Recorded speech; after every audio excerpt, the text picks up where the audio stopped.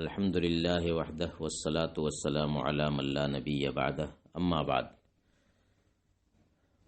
نفلی روزے کے تعلق سے کچھ باتیں ہمیں معلوم رہنی چاہیے۔ جیسے رمضان کا روزہ فرض ہے تو رمضان کے علاوہ فرض روزے کے علاوہ بہت سے نفلی روزے بھی ہیں کہ اگر انسان ان روزوں کو رکھے تو اجر و ثواب حاصل ہوگا، تو اس کا بھی اہتمام کرنا چاہیے۔ نفلی روزوں میں سب سے پہلے عیدی روزے یعنی شوال میں 6 دن کا روزہ، جس کی فضیلت بہت زیادہ ہے کہ حدیث میں بتلایا گیا ہے کہ جو شخص رمضان کا روزہ رکھے اور پھر شوال کے 6 روزے رکھے تو اس نے گویا کہ پورے زمانے بھر کا روزہ رکھ لیا۔ یہ 6 روزے جو ہے مسلسل بھی رکھے جا سکتے، عید کے دن روزہ نہیں رکھا جائے گا، عید کا دن چھوڑ کر کے باقی پورے مہینے میں مسلسل چاہے رکھے چاہے ناغے سے رکھے، کسی بھی طرح سے رکھے، آخری شوال تک یہ روزہ جو ہے رکھا جا سکتا ہے۔ اسی طرح عرفہ کا روزہ ہے یعنی 9ویں ذی الحجہ کا روزہ، اس کی بڑی فضیلت ہے کہ اس سے 2 سال، ایک گزشتہ سال اور ایک آئندہ سال کے گناہ معاف ہوتے ہیں۔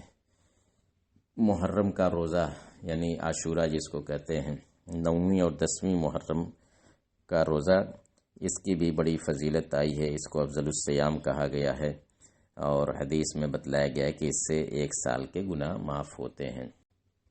اسی طریقے سے مہینے میں 3 دن ایام 20 جن کو کہتے ہیں، اجالی راتوں کا روزہ یعنی 13، 14، 15 قمری تاریخ کا روزہ رکھنا، اور ہفتے میں سوموار کا اور جمعرات کا روزہ رکھنا، یہ بھی اللہ کے نبی صلی اللہ علیہ وسلم سے ثابت ہے کہ سوموار کو اور جمعرات کو آپ روزے کا اہتمام کرتے تھے۔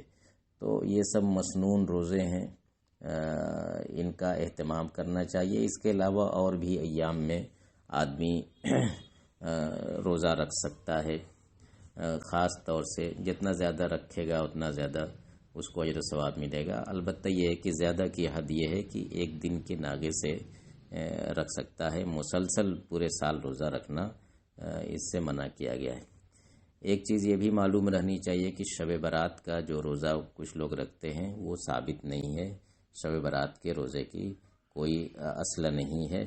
البتہ یہ ہے کہ شعبان کے مہینے میں اللہ کے نبی صلی اللہ علیہ وسلم کثرت سے روزہ رکھتے تھے، بلکہ حدیثوں کے مطابق یہ کہ لگ بھگ پورے مہینے کا روزہ رکھتے تھے۔ تو رمضان شعبان کے مہینے میں زیادہ سے زیادہ روزہ رکھنے کی کوشش کرنی چاہیے، البتہ شب برات کے روزے کا کوئی ثبوت نہیں ہے۔